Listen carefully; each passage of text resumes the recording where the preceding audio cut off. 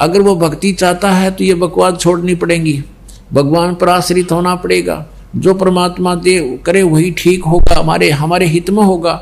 जैसे आप जी हॉस्पिटल में पहुंच गए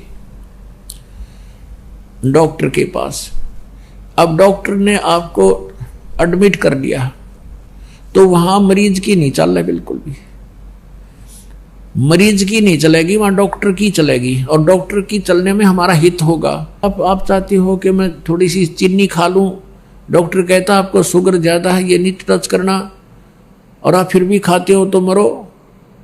आपको बीपी हाई हो गया और आपको मना किया है कि नमक नहीं खाना, घी नहीं प्रयोग करना, और आपकी फिर भी इच्छा है कि घी खा लूं, तो डॉक्टर तो अलाउड करे नहीं, और फिर भी तुम खावा तो मर भाई। तो ऐसे ही यहाँ आप प्रथम बार तो जो पुरानी आते हैं वो दुखी आते हैं कि हमें तो संकट का निवारण हो, हमारे दुख दूर हो, हम धनी हो जाएं। तो ये तो आप पल्ला गांठ लगा लो, ये तो होंगे ही होंगे।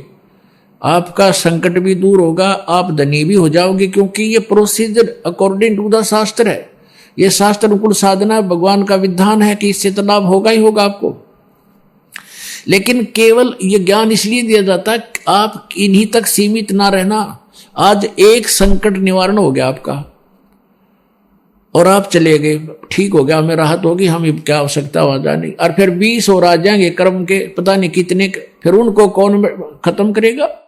तो यहां आपके जीवन में आने वाले प्रारब्ध के अंदर भी जो कांटे पाप कर्मों के हैं वो भी इन एडवांस खत्म किए जाएंगे, और आपको जो आवश्यक वस्तु होंगी वही दी जाएगी, और आप बेमतलब की वस्तु मांगोगे भगवान नहीं देगा, जो आपके इस उपचार में बाधक होगी।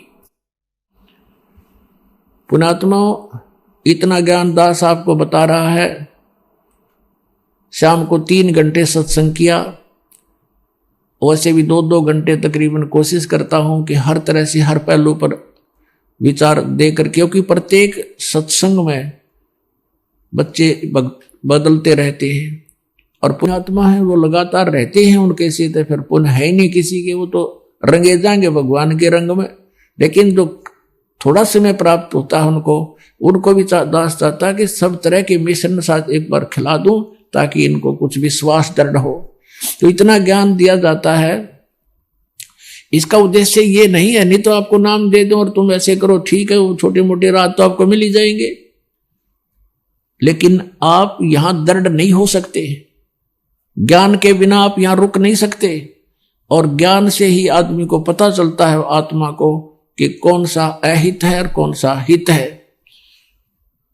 आप यहां उद्देश्य लेकर ये आओ कि हमारा जन्म और मृत्यु का रोग कटे। ये रोग नहीं कटाती, छोटे मोटे रोग तो एक कट गया तड़के दूसरा शुरू हो जाएगा। अगर ये भगवान से दूर चले गए तो कल को और रोग हो जाएगा। तो हमने परमात्मा की शरण में रहना है, और जो आपको आवश्यक वस्तु होंगी देगा भगवान, आपको अवश्य देगा, और ना भाग्य में होगा तो भी देगा। लेकिन हमारी इच्छाएं बहुत सीमित हों। परमात्मा ने उदाहरण दे रखा है, स्वयं एक मजदूर बनकर रहे, जुल्हा बनकर रहे, झोपड़ी में रहे,